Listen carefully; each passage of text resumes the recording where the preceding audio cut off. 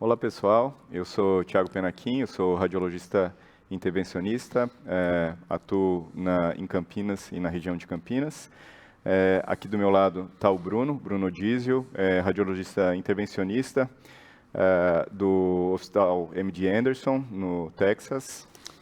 Boa tarde, eu sou José Hugo Luz, radiologista intervencionista do INCA, do Instituto Nacional do Câncer, no Rio de Janeiro. Tenho o prazer aqui de ter Glória Salazar, intervencionista também da Carolina do Norte, nos Estados Unidos. Obrigada.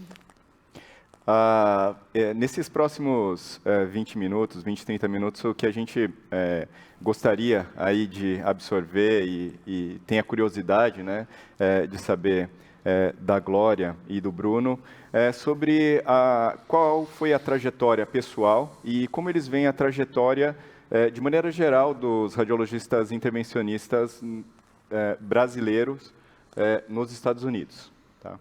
Então, para começar, eu primeiro queria conhecer um pouco mais, aí, até por curiosidade, vocês dois, um pouquinho antes da radiologia intervencionista.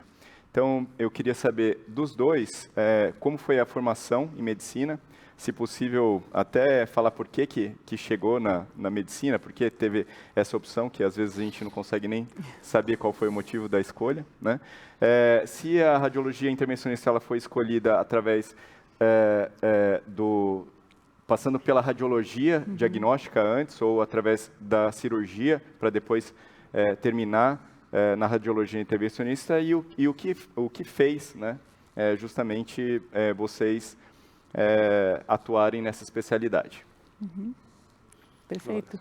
Bom, eu, na verdade, sempre quis ser médica, acho que desde que eu nasci. Acho que eu sempre fui um pouco nerd, né, no parâmetro americano. Então, nunca teria feito nenhuma outra profissão. Então, medicina foi uma escolha, acho que foi uma missão para mim, realmente. E, juntamente com a parte de escolha médica, de carreira, eu também sempre quis morar nos Estados Unidos, desde criança também. Então, essas são as duas coisas no meu valor da minha pessoa que sempre estiveram presentes na minha vida. E por fim, eu acabei, eu nasci em São Paulo, mas eu morei em cidade do interior mesmo, Mogi das Cruzes, e fiz escola lá e prestei vestibular e passei. Naquela época a gente tinha FUVEST, né? Já não existe mais isso, estou ficando velha. Enfim, passei na Escola Paulista de Medicina e aí fiz minha carreira médica, aprendi muito com meus mentores, sempre tive mentores desde o começo, e fiz radiologia porque, na verdade, eu gostava de tudo na medicina. Eu gostava de tudo, eu gostava de todos os aspectos de médicos, de todas as especialidades, sempre gostei muito, mas também gostava muito de cirurgia também. Na verdade, eu quase virei cirurgiã ortopédica, porque eu queria realmente operar e tudo. E, por fim, acabei fazendo radiologia na Escola Paulista também, fiz 3 anos e daí resolvi ir embora para os Estados Unidos. Então, essa foi a minha trajetória, desde criança até a decisão e, de fato, ter mudado para os Estados Unidos. Então, a formação em radiologia intervencionista foi toda realizada nos Estados Unidos. Tá bom. E você, Bruno? Acho que a minha história ela é um pouco parecida, mas tem alguns elementos diferentes. Eu não consigo pontuar um momento da minha vida que me fez ter a decisão de ser médico. Eu acho que aconteceu naturalmente. E eu fiz a minha faculdade, eu sou de Recife, eu fiz faculdade na Universidade Federal de Pernambuco, me formei em 2003 e naquela época a radiologia intervencionista existia uma grande equipe de intervenção em Recife, que é a equipe do Carlos Zabá, mas a gente não tinha contato com essa equipe e com a especialidade em si durante a graduação médica. Então, quando eu terminei a faculdade, eu na verdade fiz 1 ano de cirurgia geral, foi a minha primeira residência. E durante essa residência médica de cirurgia geral, eu entrei em contato na enfermaria do transplante com 2 pacientes, um paciente que precisava de uma drenagem biliar por uma sepse e um paciente que precisava de um TIPS. E um intervencionista foi lá e fez esses 2 casos e naquele momento eu tive uma revelação que era aquilo que eu queria fazer na minha vida. Então, eu tomei a coragem, a atitude de largar a residência de cirurgia geral e aplicar para a residência de radiologia. Então, isso foi em 2004. Em 2005, eu entrei na residência de radiologia no Hospital das Clínicas, no Instituto de Radiologia da Faculdade de Medicina da USP. E eu entrei na residência de radiologia querendo fazer intervenção já. E eu fiz a residência, fiz o 4º ano, né, o fellowship, que a gente, por sinal, fez na mesma época, com o Marcos Menezes, lá no INRAD também. E quando eu terminei, era um momento em que a intervenção oncológica estava começando a surgir no Brasil. E com a vontade de aprender um pouco mais sobre a parte de endovascular e outras tecnologias, eu validei meu diploma como médico nos Estados Unidos, fui fazer um ano de Clinical Fellowship no MD Anderson. E foi um ano que foi revelatório para mim, porque eu me vi como uma pessoa que gosta de fazer pesquisa. E eu voltei para o Brasil depois do Fellowship, e 1 ano e meio depois de estar aqui no Brasil, eu voltei para lá como faculty em 2012. Então, é uma história que tem várias curvas, várias coisas diferentes, mas eu acho que a vida de todo mundo é assim. Nessa altura você já tinha os steps feitos, já tinha essa parte de validação toda completa? Né? Eu fiz os steps no 3º ano da residência médica. Ah, tá. Porque surgiu essa oportunidade de ir para o MD Anderson, eu tive que terminar tudo em 6 meses e junto com a minha esposa a gente estudou e fez as provas juntos e conseguiu terminar tempo. Então foi um pouco diferente da Glória. A Glória fez o treinamento dela de radiologia nos Estados Unidos, eu fiz meu treinamento aqui e fui fazer o fellowship lá. Eu acho que uma pergunta sempre que eu gosto de fazer, até porque fazem para mim também, que eu passei um tempo fora, essa decisão emocional, né? De você estar buscando um sonho de trabalhar fora do país, que é um sonho para vocês dois, enfim, um sonho que foi alcançado, mas ao mesmo tempo você tem que abrir mão de morar na sua terra natal, né? E tem um momento na sua vida que você tem que fazer essa decisão, né? Como é que é tomar essa decisão, né?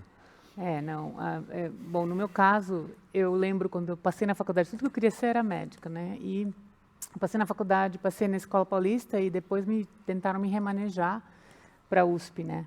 Para a nossa concorrente. E aí eu falei para minha mãe, naquela época, eu falei assim, eu já comecei na escola, já gosto da escola, já sou índia, tal, aquela coisa toda de caloura. E ainda falei para minha mãe, falei assim, mãe, eu só quero fazer medicina, eu não quero ir para Harvard mesmo, então não faz diferença. E depois de anos, eu fui parar na Harvard.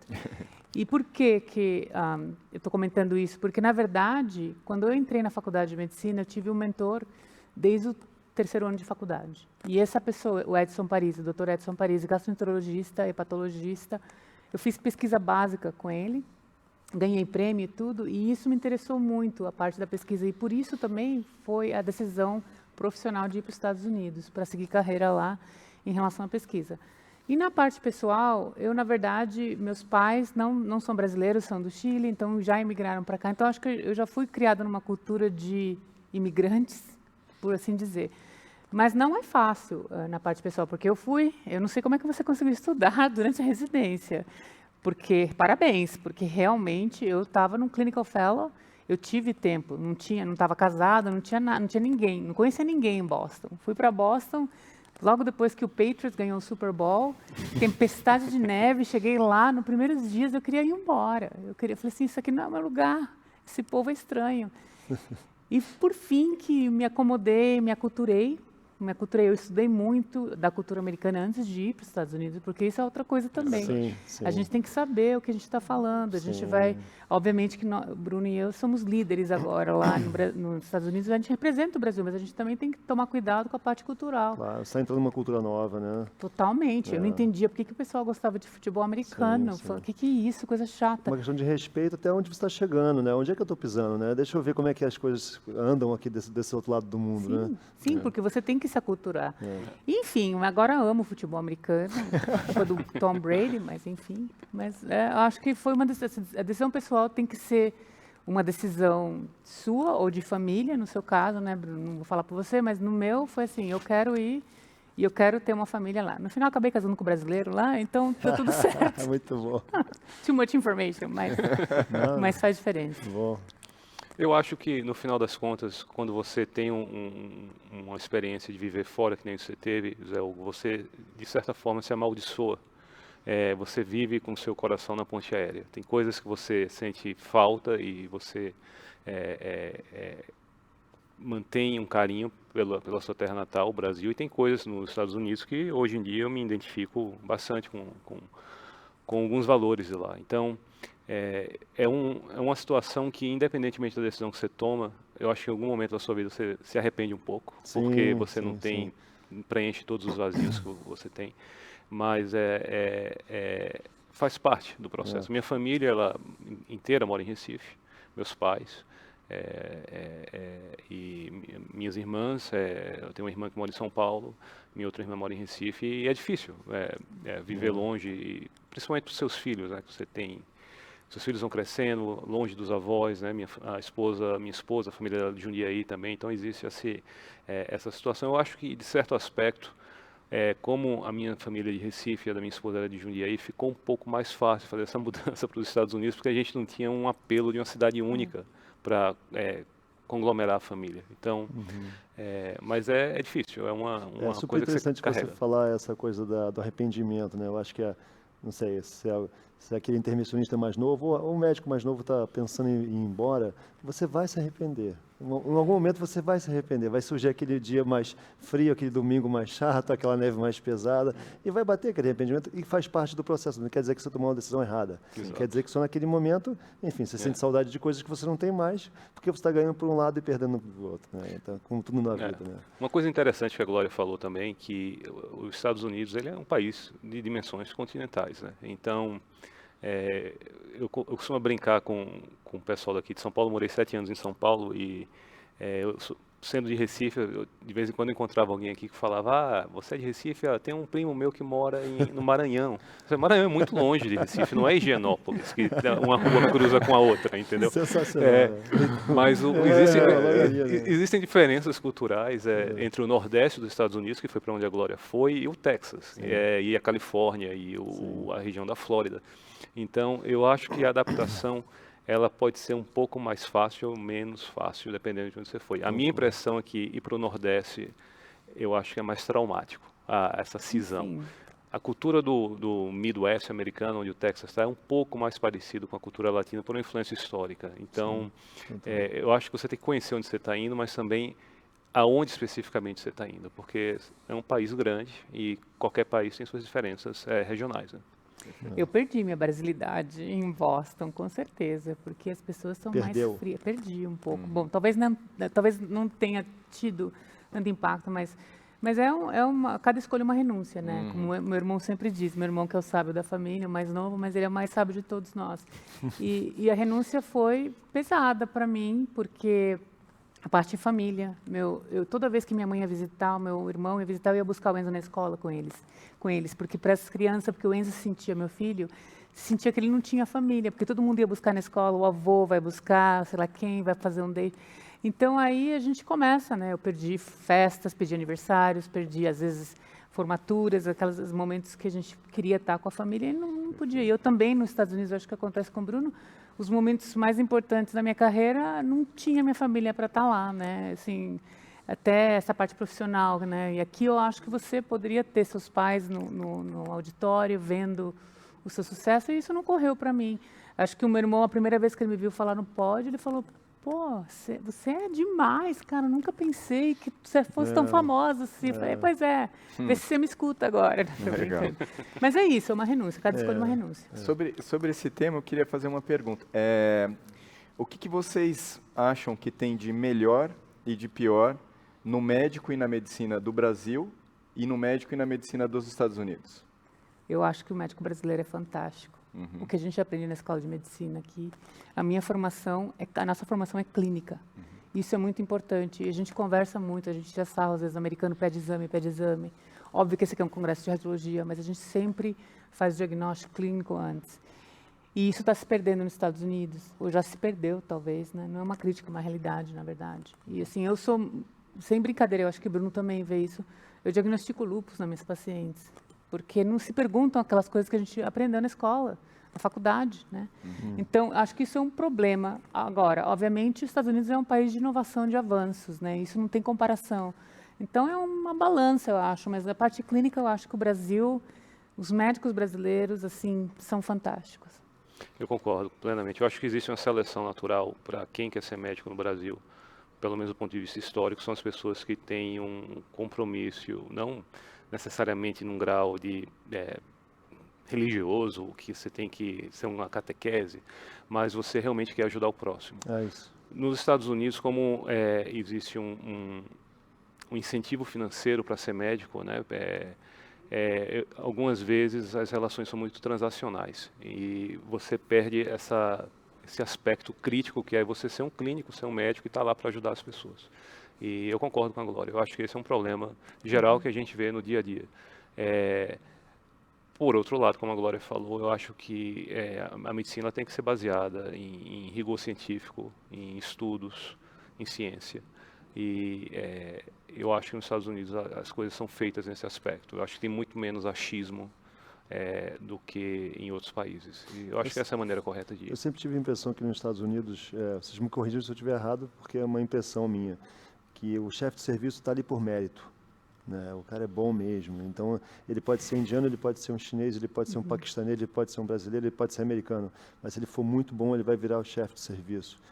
Talvez essa seja uma situação no Brasil que talvez não aconteça tão bem assim. Então, o chefe de serviço aqui nem sempre é o destaque, vamos dizer assim, é a pessoa que mais publica, né? E lá nos Estados Unidos eu acho que é diferente. É né? a cultura do mérito, né? É isso. Está se acabando também um pouco, Bruno, não sei qual é a sua opinião.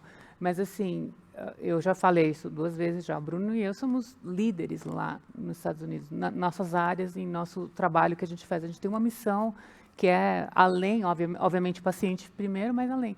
Eu, por exemplo, eu virei chefe de serviço e obviamente, teve um processo de seleção nacional e eu acabei pegando o emprego. E realmente é uma cultura de meritismo e aí você tem muita gente, minorias, né? No meu caso, eu fui a primeira chefe de serviço de intervenção latina nos Estados Unidos, não tinha até então. Né? Maravilhoso, Então, maravilhoso, né? Maravilhoso. E mulher, né?